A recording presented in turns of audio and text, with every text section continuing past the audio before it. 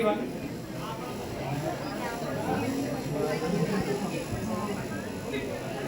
Hello everyone, मैं अरुण आप सबके साथ यहाँ पर कुछ अपनी लाइफ की एक्सपीरियंस शेयर करना चाहता हूँ और अपने टीचर्स के लिए कुछ लाइनें लिखी है मैंने, वो बोलना चाहता हूँ। जैसे कि मैं यहाँ पे वो टास्क मेरे को मिला नहीं एक्सपीरियंस शेयर करने वाला, लेकिन मैं शेयर करना चाहूँगा। एंड स्पेशली मैम आपको प्रिंसिपल मैम को, संगीता मैम को बताना चाहूँगा मैं कि क्या हुआ था मेरे साथ, और आप लोगों को भी इससे कुछ मोटिवेशन मिलेगा। सबसे पहले आप लोगों के लिए जो लाइन लिखा है मैंने लिखा है वो बोलना चाहूँगा। टीचर्स तो बहुत मिले पर आप जैसे टीचर बहुत कम मिले। टीचर्स तो बहुत मिले पर आप जैसे टीचर बहुत कम मिले। My dear favourite teachers, I hope आपको हमेशा खुशियाँ मिले, कभी ना गम मिले। I pray for your health and long life. I hope after study I hope after study भी हमारा बॉन्ड स्ट्रॉन्ग बना रहे। आपने किताबों से ज़्यादा जिंदगी को पढ़ना सिखाया है। आपने किताबों से ज़्यादा जिंदगी को पढ़ाया है। आपने समझा है हमें, फिर हमें समझाया है।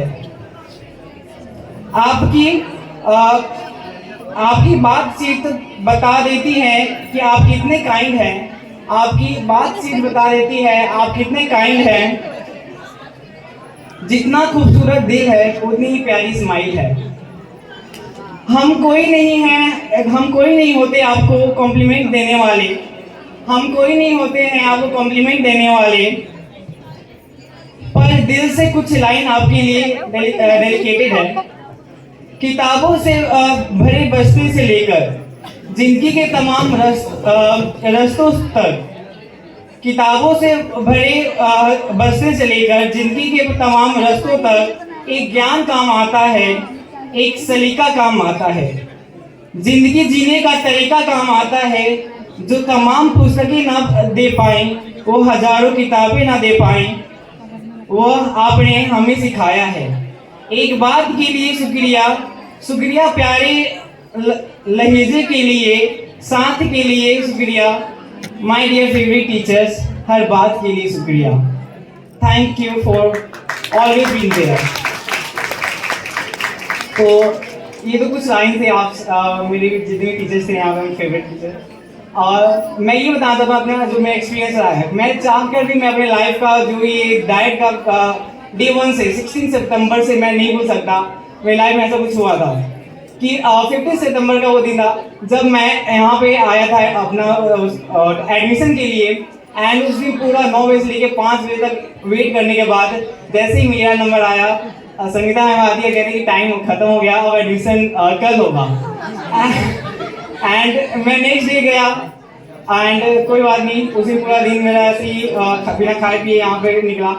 नेक्स्ट डे मैं सुबह 9 बजे ही आ गया एंड यहाँ पे मेरा एडमिशन तो हो गया 10 बजे तक। लेकिन मैंने पापा से अपने 5 दिन से बात नहीं किया था। एंड पापा पूछते रहते थे कि एडमिशन हुआ या नहीं हुआ, क्योंकि पापा ने मेरे को डीएलडी में बताया था। तो नेक्स्ट डे 16 सितंबर को जैसे ही मैं यहाँ से डायरेक्ट एडमिशन लेके निकला अपने घर के लिए, एंड मैं सोचा अब कॉल कर लेता हूँ, पापा को बता देता हूँ कि मेरा एडमिशन हो गया है एंड पापा भी खुश हो जाएंगे। तो पापा मेरे साथ नहीं रहते थे, पापा मेरे किसान है, तो पापा गाँव में रहते थे, मैं यहाँ पे दादाजी के साथ हरियाणा में रहता हूँ। तो लेकिन मैंने कॉल तो किया, लेकिन उधर से जो आवाज़ मेरे को पता चला, मेरे पैर के नीचे से ज़मीन खिसक गई। पता चला कि पापा नहीं है एंड पापा हार्ट अटैक से मुझे कुछ नहीं पता था कि क्या हुआ कैसे हुआ, लेकिन पापा नहीं थे मेरे बीच।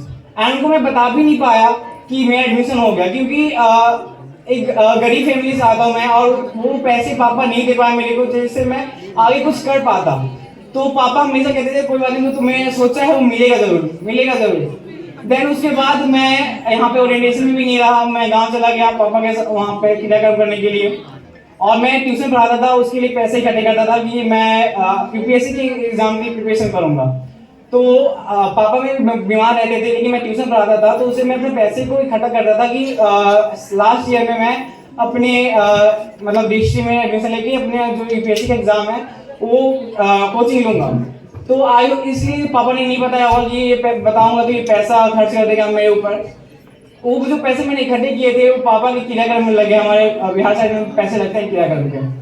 अब यहाँ पे आने के बाद मेरे 2 भाई, मम्मी, अब ऐसे तो मैं अकेला था, लेकिन अब सबका जो बोझ था मेरे कंधे पे आ गया।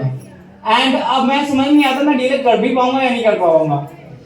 जब मैं 1 महीने बाद यहाँ पे आया तो मैं फर्स्ट डे ही आया था एंड मुझे लगा नहीं हो नहीं पाएगा ये डीएलएड से। मैं एडमिशन क्योंकि सुबह 9 बजे से लेके शाम को 5 बजे तक 6 बजे तक यहाँ पे रहना एंड फिर क्योंकि मैं ट्यूशन पढ़ाता हूँ तो उसी से मेरा घर का खर्चा चलेगा। मैं सोचा था कि छोड़ दूंगा पढ़ाना, लेकिन अब तो वो छोड़ना मुश्किल था मेरे लिए। लेकिन कहते हैं ना टीचर्स हमारे लाइफ में बहुत होते हैं। उस पहले दिन ही कंचन मैम मेरे को मिली एंड कंचन मैम ने बोला कि जनरल स्कॉलरशिप के लिए कोई आना चाहे तो आ सकता है। तो मैंने जाकर कंचन मैम और नीला मैम को अपना सारी बातें बताया और उस दिन कंचन मैम और नीला मैम ने कहा था कि टेंशन मत लो, तुम्हारा डीएलएड हम कंप्लीट करवाएंगे। एंड उस दिन था मेरे को स्कॉलरशिप मिल गया एंड मेरा हो भी गया एंड आज लग रहा है कि कंप्लीट हो जाएगा। एंड हर टाइम मैंने अपना बातों को शेयर किया है टीचर से। सेकेंड ईयर में भी मेरे साथ ऐसे कुछ प्रॉब्लम हुआ था। मेरे भाई का एक्सीडेंट हो गया एंड उसका ये कंधा फ्रैक्चर हो गया एंड सब, तो मैं अपना पढ़ाई पे ध्यान नहीं दे पा रहा था। तो फिर नीलम मैम को बताया तो नीलम कहा कि मम्मी को बुला लो गाँव से, क्योंकि तुम कितना ध्यान रखोगे, पढ़ाई भी है, मैं पैसे दे दूंगी, नीलम मैम ने कहा था। तो इतनी टीचर्स यहाँ पे कोऑपरेटिव हैं एंड सच कहूँ तो पापा के बाद जो टीचर्स ही हैं जिन्होंने मेरे को साथ दिया, सपोर्ट दिया और मैं यहाँ पे कंप्लीट कर पाया हूँ।